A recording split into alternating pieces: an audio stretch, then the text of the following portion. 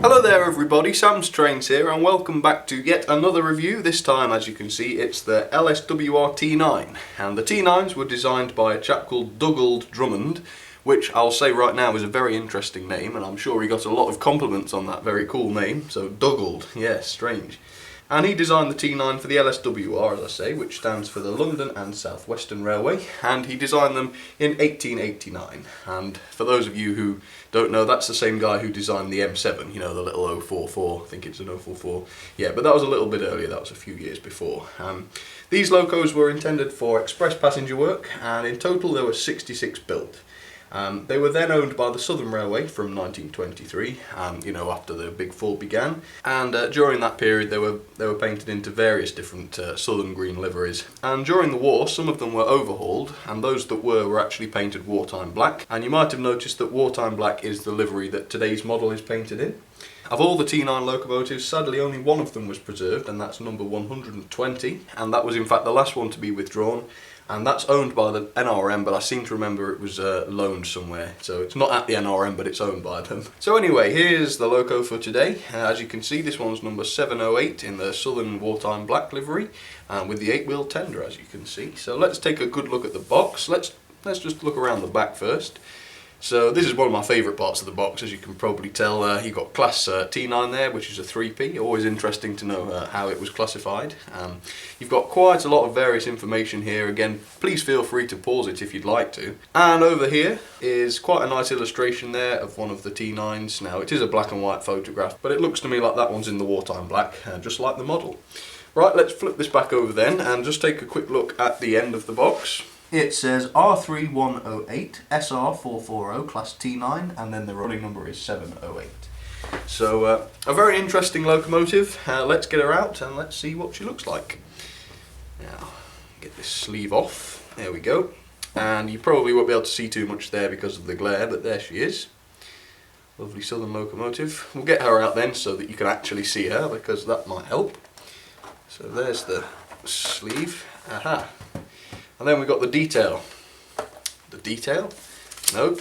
This is the operation and maintenance guide, whatever they call it. It's got some silly name. Ugh, not folded that up very well. There you go. For the Class T9, and it's only the T9 that this serves, which is quite interesting. Normally there's a big list of locomotives that it applies to, but not in this case. So yeah, which has all been really, really nicely done, to be honest. I mean, look at it. It's good that they do that in so much detail, because it's horrible trying to work out how things come apart when they haven't told you in the instructions. Alright, cool. So let's take this sleeve off, and again you still can't see her because she's got this like rubbery plastic stuff on her, which I really like, but it's not too great for review purposes. But still, here's the what should we call it, the detail pack. It's got the brake rod, you've got a front coupling presumably, you've got, I don't know, you've got like a chain link coupling, vacuum pipes, just the usual stuff really, but I don't normally fit it because I don't trust myself. So let's take the loco out of the packaging so that you can actually see her at last. Let's put this down. There we go. I've got that down to a knack. And this stuff's really cool, by the way, if you ever get a chance to play with it. It's very interesting stuff. Right, now the loco's connected to the tender, as you can probably guess, so I'm going to try and get this out. It's a very, very delicate model, I'll say right now. I did have to do some repairs on this when it came out of the box for the first time. There you go, apologies for my fingerprints. Lovely locomotive. I don't really like holding this one because it feels very delicate, which is something we'll talk about later on. But as you can see, appearance wise it's very smart and very beautiful looking. So let's get her up onto the white background then and take a look at her in some more detail. So there she is then against the white background, and what a beautiful model she is. You can tell there she's just really, really elegant looking. And I was really pleased with that unboxing as well. It was good fun to unbox. Now, there's one thing to say before I start the review. The first time I unboxed her, in real life that is, brand new, delivered to my house, I opened the box, and unfortunately there was quite a bit of damage to the locomotive. And I will say too that it was not something that I did. I noticed this as soon as I opened the box. You know, I didn't even lift her out of the packaging.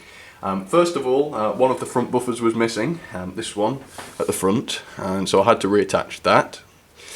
Secondly, this pipework at the front here needed gluing. It's at the front here. On both sides that was loose, and every time you touched the locomotive it would pop out, so I had to glue that. And thirdly, and you can probably tell here, the lamp irons are a bit bent, and that's because in the packaging they'd been bent backwards, sort of snapped.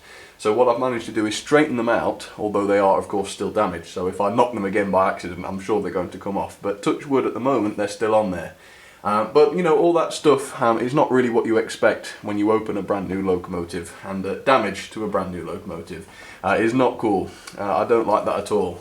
So perhaps it is the build quality that is a bit of an issue with Hornby at the moment, because this is not the only example of damaged locomotives that I've experienced, let's say, over the last few weeks. There's been quite a number of brand new locomotives that I've opened out of their packaging and they've been damaged. One of them was so badly damaged I had to send it back, and the replacement I had to repair as well. But we will go into that another day. So let's not talk about the damage anymore. Let's look at the beautiful locomotive, which is now in one piece. Touch wood. Let's see if it is by the end of the video, who knows. Alright, so yeah, beautiful 440 design, and the first thing you notice of course is all the beautiful separately fitted pipework. So you've got some there between the wheels, and you know, over the wheel arches, along the boiler, and on the top there. It's absolutely fantastic, and generally the model is very well detailed like that all over. You've got the rivets and the lamp irons like we've already seen. And I especially like, you can just see there underneath the boiler, all the valves and stuff, because of course they are internal on this one, and they've actually modelled them. Now I don't think they move, I don't recall seeing them move, but just the fact that it's there is very nice, and I've noticed on a few modern locos that is now there, you know, over the last few years. It's not a brand new feature, but pretty new, so I really like that, and that's fantastic. And round the front as well, there's quite a lot more detail than usual. I've already mentioned the lamp irons a couple of times of course, but the front of the smoke box door, there's a lot of moulded detail on there, and most notably there's a very delicate looking handle on the front, which hasn't broken off yet, which is pretty cool. But still, there's quite a lot more moulded detail there than usual, and I'll also point out that we have got sprung buffers. There you go. And that's assuming of course the buffers stay on. But yeah, a very nice paint job as well, as you can see, wartime black, but you've got this sort of yellow font with the running number there and the Southern on the tender. Let's take a quick look inside the cab, which incidentally does have glazed windows, as you can see from the front there. But still, yeah, really nice cab detail. That is almost Bachmann standard cab detail, which is fantastic by Hornby, so that's a massive thumbs up. That's one of the best features I think of the locomotive. So let's move on to the tender then. And when I first saw this tender, I was struck by how strange it looks, because of course there are no axle boxes on the outside, all the bearings are internal on this one. And I think the nickname for this tender, and correct me if I'm wrong, was the water cart tender, and I suppose it does look a bit like a water cart, but they were only fitted to the second batch of locomotives. The first, I think 15 or so, didn't have it. Which is quite interesting. But yeah, as you can see, it's very plainly painted, except for the fact that you have got the Southern text on the front there, which is very nice. The coal in the top there is quite nice and fine. It's not glossy at all, and it is removable, and it comes out very easily in fact. There you go. As you can see, it moves around. I won't try and take it out, but yep, that's... have I got that in right? Yeah. But that's quite a nice feature, and there's not a lot of rivets on the side there, but of course on the top there is quite a few more. Round the back you've got sprung buffers again, and an already fitted vacuum pipe, and quite a bit of separately fitted detail there as well, stuff that sticks out, which I hope I never catch by accident, because I'm sure I'd rip them off if I did that. But yeah, as you can see, an absolutely beautiful locomotive. It looks absolutely stunning, and they are quite iconic, aren't they? They're nothing like the 2P, for example, or the Midland Compound, or the Schools Class. They really are very elegant and very unique looking, I think. Maybe you disagree, I don't know. But I just find them really cool looking, so I really like that. Anyway, so that's the detail. Pretty good detail, high marks for detail. Let's go and see how she performs then. Let's put her down on the railway. I'll find some coaches this time, because she is a passenger locomotive. She looks like a freight locomotive to me, but I suppose that's more to do with the livery in this example. So, right, let's get her onto the tracks then and see how she performs. Alright, so there she is then, Hornby's T9, sitting on the railway, looking absolutely magnificent. And before I show you what she's going to be pulling and what else I'm going to run today, I will just say the loco and tender are both really extremely light. And the tender especially is absolutely as light as a feather. It really is. And to compensate for that, the locomotive does actually have a traction tyre, which I think is pretty bad. You know, it's almost like cheating, isn't it? And with premium models, you do really expect a little bit more weight to them, you know, and it wouldn't hurt to put some weights in and, you know, do away with the traction tyres. Perhaps they would have a little less traction, but then it would be more true to life. And from now on I will, you know, deduct a few points from the performance if they do have to use traction tyres, because I think a little extra weight wouldn't hurt them. But still, let's look at what she's going to be pulling then. Now, because she's in wartime black, I decided that she could pull some of my hospital coaches today, so there's 3 of those Bachmann coaches, which are very nice, and she's going to couple up to those in a moment. On the other line, there's another T9. This one's a couple of years older, and it's absolutely beautiful. This one's in the BR livery, but it's still in that sort of southern green livery, which is lovely. And you'll see her run in just a second. And she's got 4 southern coaches as well, so she should look lovely. So let's give this black T9 a little bit of a performance test then. Let's start her going quite slowly. Let's see how she goes. That's not bad at all, is it? At a slow speed, that's not bad. I will admit though, she's not quite as smooth as some, and I do have railroad locos, which are cheaper locos, which are smoother. Like that county class, for example, I felt was smoother than this. But that being said, it's not a bad runner at all. The motors are really quite good. But like I say, it's the weight that really lets the loco down performance-wise. But still, not a bad runner at all, very, very smooth. Let's couple up to the coaches then, see how she does. There we go, nicely coupled there, well done T9. Right, let's pull her away then. A little bit of forwards power. And look at that. She wasn't even pulling them there, she was wheel slipping. There we go, she's got going now. Right, let's get the green version going then.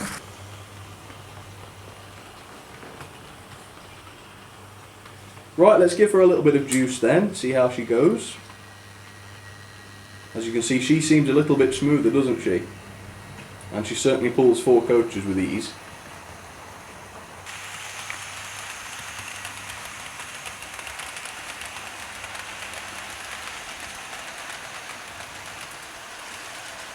Lovely, lovely pair of locos though, aren't they? They're absolutely beautiful. Let's wait for the black one, there she is. I was a little bit shocked that she was wheel slipping with 3 coaches. That's abysmal, isn't it? But luckily she seems alright now, she's got them going. She's not wheel slipping at all now, but still. Come on, Hornby. I must admit though, what smart looking locos and what character they've got. Just gorgeous, aren't they?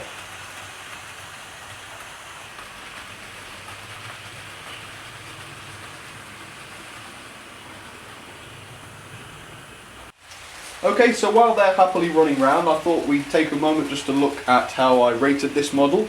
In terms of detail, I was thoroughly impressed. I think it was the internal valve gear that really did it for me. Absolutely fantastic. So 9 out of 10, brilliant detail. Performance, I only gave this 6 out of 10, and I'll tell you why. The model is extremely light, as I may have already mentioned, so much so that it needs a traction tyre, and I, to be honest, would rather them be heavier without the traction tyre. And also, the motors are alright, but it's sort of, I don't know, it's not quite as smooth as it could be, and it's a little bit noisy. It's not a terrible performer, but I think the weight of it really does affect performance. You know, sometimes the tender wheels don't go around properly, because it really is so very light. So that's the reason. Character though, I absolutely love the character of this locomotive. It's got such character, it just looks beautiful, and Hornby have just captured perfectly the way these locos look in real life. So I gave that 10 out of 10 actually, fantastic. Now build quality, 4 out of 10, and I'm sorry to give it such a low score, but when you open a box of a brand new locomotive and have to repair not one, but several pieces of detail, it really is unacceptable. And you know, perhaps I should have sent it back, but in fact 24 hours before this happened, I just had to send back another locomotive which arrived at my house in tatters. So you know, the detail is fantastic, but it is very, very delicate, and it really is too easy to damage these locos. You know, heaven forbid they derail, I think everything would break off, because they really are delicate, but you know. So yeah, a little bit disappointing with the build quality. You know, I even feel uncomfortable lifting this loco off the track. You know, you shouldn't have to feel like that. So overall, 7 out of 10, very impressed with the detail, and they've got such character. but you know, I think they are a bit cheaply made now, unfortunately, so their build quality and their performance does sort of let them down a little bit. But still, enjoy the Loco and the other green one as they go around the track. I should point out though that the green one, as you can see, is about, I can't remember how many years older, but it's a few years older, and I have absolutely no problem with the build quality of that locomotive. I feel a lot more confident lifting that one off the tracks, and I've never had to repair a thing on it. So it looks as though it's just the recent locos which are suffering from a little bit poorer build quality.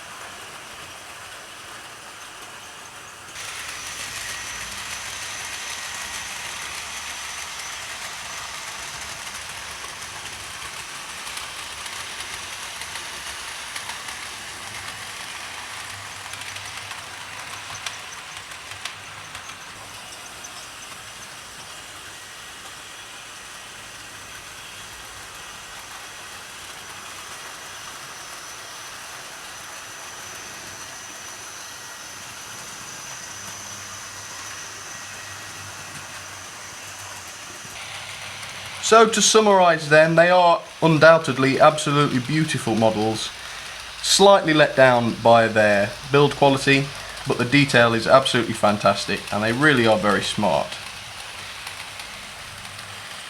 Having said that, if you're somebody who buys locos, you know, for the enjoyment of it, a bit like me really, and you like to run them and shunt with them and almost play with them, although we wouldn't call it that, would we? But if you're one who likes to handle them, you like to, you know, use them heavily, maybe they're not the one for you, because, you know, you might be a bit disappointed like I was. So maybe they are a little bit too fragile for me, who knows, but still. Very fragile but very beautiful. So yeah, that's it. Thank you very much for watching. I hope you enjoyed the review. If you did, please don't hesitate to leave a like or even a comment on the video, because I'll love to hear from you. But for now, if you'd like to check out the Facebook and Twitter pages, please do. They're at facebook.com/samstrains and twitter.com/samstrains. But for now guys, I'll leave it at that. Thank you very much for watching and I'll see you next time. Cheers everybody.